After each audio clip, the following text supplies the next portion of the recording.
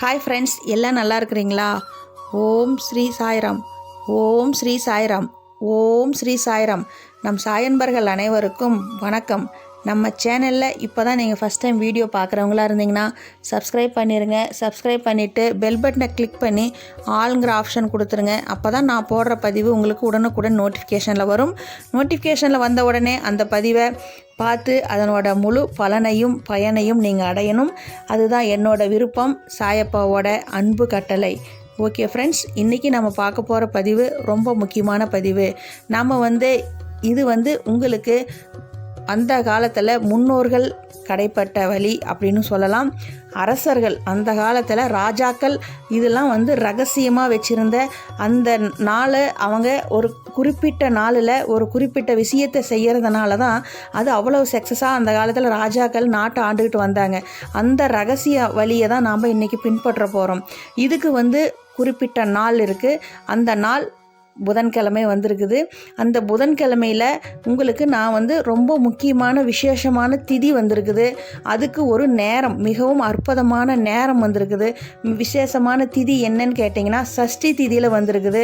நீங்கள் ஒரு கடனை அடைக்கணும் அப்படின்னு கேட்கும்போது சஷ்டி திதியில் செய்யும்போது அவ்வளோ விசேஷம். முருகனுக்கு உகந்த இந்த நாளில் நீங்கள் அன்னைக்கு காலையில் குளிச்சுட்டு நீங்கள் காலையில் எழுந்து குளிச்சுட்டு பூஜை அறையில் போய் நீங்கள் முருகனை வழிபடணும். வழிபட்டுட்டு கந்தசஷ்டி கவசம் சொல்லுங்கள். 108 முறை ஓம் சரவண பவ அப்படின்னு சொல்லி 108 முறை எழுதணும். உங்களுக்கு கடன் பிரச்சனையை, என்னுடைய கடன் பிரச்சனையை தீர்த்து வைங்க அப்படின்னு சொல்லி உங்கள் கோரிக்கையை அவர் பாதத்தில் வைக்கணும்.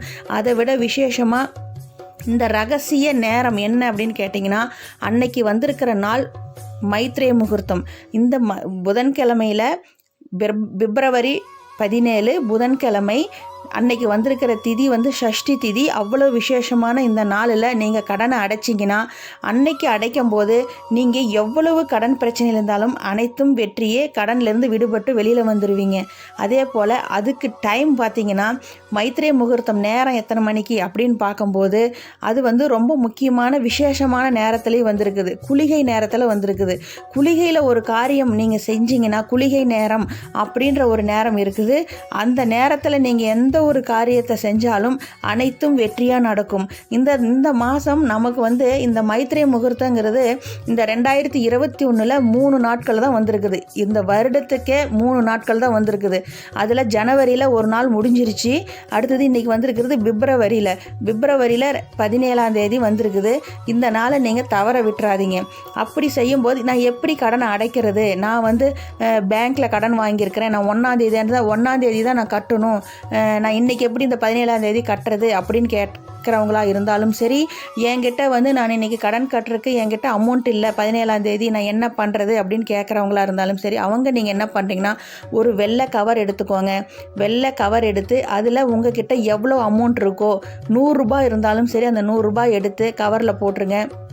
அந்த கவருக்கு மேலே யாருக்கு நீங்கள் கடன் கொடுக்குறீங்களோ அவங்களோட பேர் எழுதிக்குவாங்க. இந்த தொகை கொடுத்துருக்கிற தொகையை அந்த கவரில் இருக்கிற தொகை அசல் அப்படின்னு எழுதி அதை 100 ரூபாய் வச்சுக்குவாங்க. நீங்கள் வட்டி கட்ட போகணும் போது இந்த அசல் தொகையை அந்த கடன்காரங்களுக்கு கொடுத்துருங்க. இல்லை நான் பேங்க்கில் லோன் கட்டணும் அப்படிங்கும்போது இந்த அசல் தொகையை அன்னைக்கு கொண்டு போய் நீங்கள் அந்த பேங்க் லோனோட அசல் தொகையை கட்டணும்.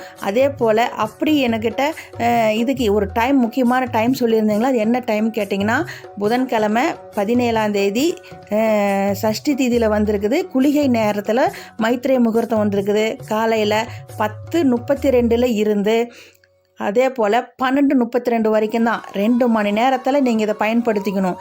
நீங்கள் என்ன பண்ணுறீங்கன்னா காலையில் குளிச்சுட்டு நீங்கள் குளிச்சுட்டு தான் இந்த விஷயத்தை செய்யணும். பூஜை அறையில் போய் முருகனை வழிபடணும். வழிபட்டு என் தீரா கடன் பிரச்சனையிலேருந்து என்னை விடுபட்டு கொடுங்க அப்படின்னு சொல்லி இந்த ரகசிய நாள் பயன்படுத்திக்கோங்க. அதில் ஒரு வெள்ளை கவரில் உங்ககிட்ட இருக்கிற அமௌண்ட்டை உள்ளே போட்டுட்டு கடன் கொடுப்பவரோட பேரை வச்சுக்கோங்க. அசல் தொகைன்னு அந்த அமௌண்ட்டை மேலே எழுதிட்டு அவரோட பாதத்தில் வச்சுட்டு 108 முறை ஓம் சரவண பவ அப்படின்றது உட்காந்து எழுதி எனக்கு இந்த கடன் பிரச்சனையிலேருந்து என்னை வெளியில் காப்பாற்றி விடுங்க அப்படின்னு சொல்லி இந்த மைத்ரேய முகூர்த்தம், இந்த சூட்சம நாளில் இந்த ரகசியம் ராஜாக்கள் பின்பற்றிய இந்த நாளை நீங்கள் பின்பற்றி வெற்றி பெறணும். கடன் பிரச்சனையிலிருந்து வெளியில் வரணும். நிறைய பேர் கடன் பிரச்சனையினால் மன பாதிப்பு, ரொம்ப மன உளைச்சலுக்கு ஆளாயிருக்கிறாங்க. அதனால் நீங்கள்லாம் இந்த மன உளைச்சலேருந்து வெளியில் வந்து அந்த தீரா கடன் பிரச்சனையிலேருந்து நீங்கள் வெளியில் வந்து நல்லபடியாக கடனை கட்டி நீங்கள் நல்லபடியாக இருக்கணும். இந்த நாளை தவற விட்டுறாதீங்க.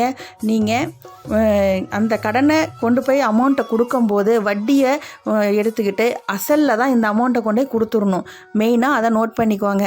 இந்த பதிவு பார்க்குறவங்க எல்லாரும் இந்த நாளை தவற விடாமல் உங்களுக்கு தெரிஞ்ச ஃப்ரெண்ட்ஸு கூட சொல்லி இந்த நாளை பயன்படுத்திக்க சொல்லுங்கள்.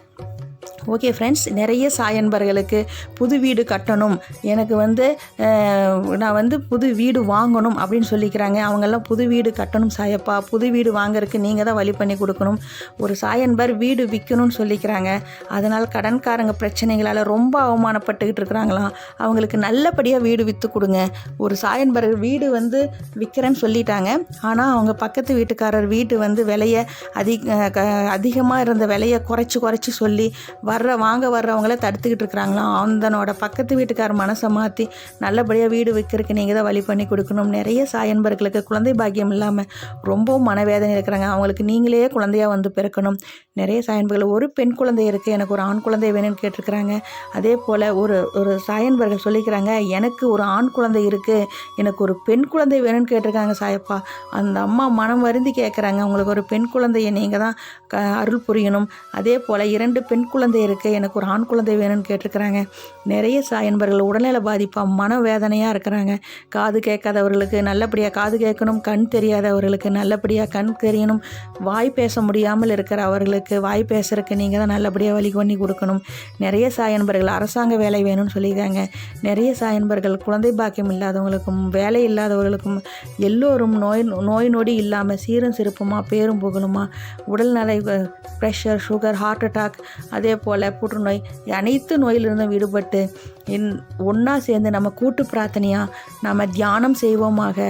ஓம் ஸ்ரீ சாய்ராம், ஓம் ஸ்ரீ சாய்ராம், ஓம் ஸ்ரீ சாய்ராம். தியானம் செய்வோமாக.